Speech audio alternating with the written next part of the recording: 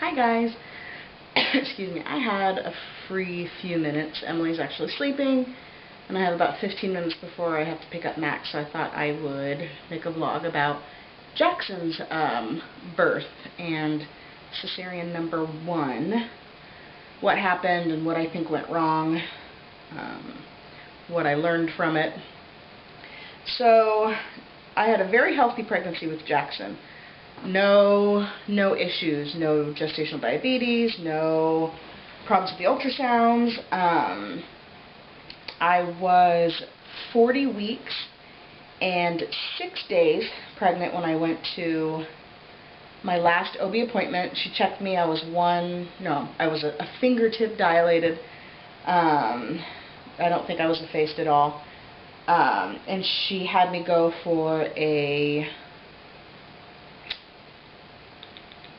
non-stress test to check on the baby since I was a week overdue. She set the induction for like the next week. I would have been 42 weeks. So I went to the non-stress test, and if you've ever had a non-stress test, it's where they listen to the baby for, I don't know, 15-20 minutes, check the heart, and then they do an ultrasound to check your fluid. Well, heartbeat thing went great, and then she checked the fluid, and it was 2.7. I believe the minimum, the lowest that it should be is 5. So she said, "Oh, you're having a baby today." So we went home, got our stuff, went back to the hospital, and they were going to do a Foley bulb, and that is where they insert a balloon into your into your vagina, into your cervix, and water pressure slowly builds up until you're between, I believe, 4 to 5 centimeters. Well, it did not go as planned, and the OB was trying for 15-20 minutes to get this Foley balloon in, and it hurt, and there was lots of blood, and my husband said it was like the worst thing he's ever seen. So after that, the Foley bulb immediately fell out. So basically, the OB manually stretched me from a fingertip dilated to about 4 centimeters dilated. Wow, it's probably the most painful thing I've ever experienced. So then they started me on Pitocin because contractions didn't start, and I was fine. There was no pain. I could feel the pressure of the contractions, but there was no pain. I was on the birth ball, and I'd go to the bathroom every once in a while. So I mean, I was doing good. And I don't know the time frames for all of these, but then they decided, since I wasn't really having any progress, to break my water. And so they broke my water, and then the nurses came in, because of course, first baby, I was wanting all natural delivery. The nurses came in and just started telling me about how painful it's going to be, and I better get the anesthesiologist there right away, because if there's a wait, I could be in this blinding pain for hours and hours, and I might have to wait for the anesthesiologist to be there. So she ended up scaring me into the epidural. I got the epidural. Again, I was not in any pain, and again, it was fine. Everything was fine. So they kept checking me, kept checking me. I never got past 5. So after 18 hours in labor, I never got past 5, and the OB suggested a C-section. So I'm like, okay, I want to meet my baby.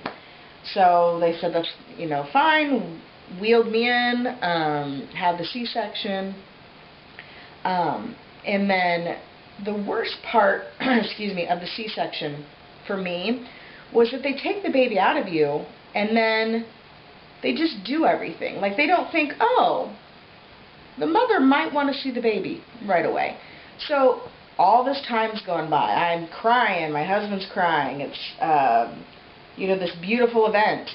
But I can't, nobody brought the baby to see me, so my husband's just telling me how beautiful he is. And I said, well, can you get a picture and show me?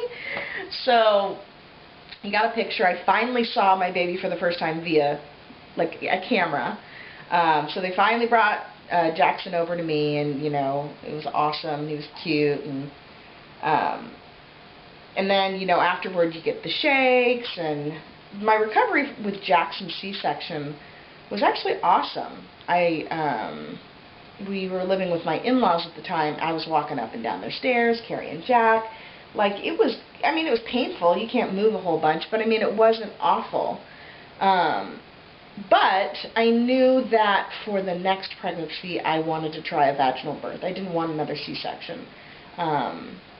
Because as easy as that recovery was, I just imagined having a new baby, a toddler, and having tried to heal from that. So, in looking back and the research I've done, is that yes, that fluid level is really low. Like, that's legitimately low. However, I didn't know that depending on the baby's position, your fluid can measure low. So I could have got up and walked around, and come back in an hour or two, and then they could have checked. The fluid might have been different. I could have been dehydrated, so I could have drank a ton of water to try to get my fluid level up. I could have requested, or they could have suggested, IV fluids if I was dehydrated. And if any of those had worked, I would have avoided induction and probably a C-section. So out of his birth, that's what I came out of that. That's what I learned was fluid levels, at least. That's what I learned. So another thing that happened, I just remembered, is that I was hemorrhaging after Jackson. Not a ton. I didn't need a transfusion or anything, but I was bleeding and bleeding. There was a male doctor named Dr. Michael Gleason. He's in Anaheim. Yes, I'm calling him out.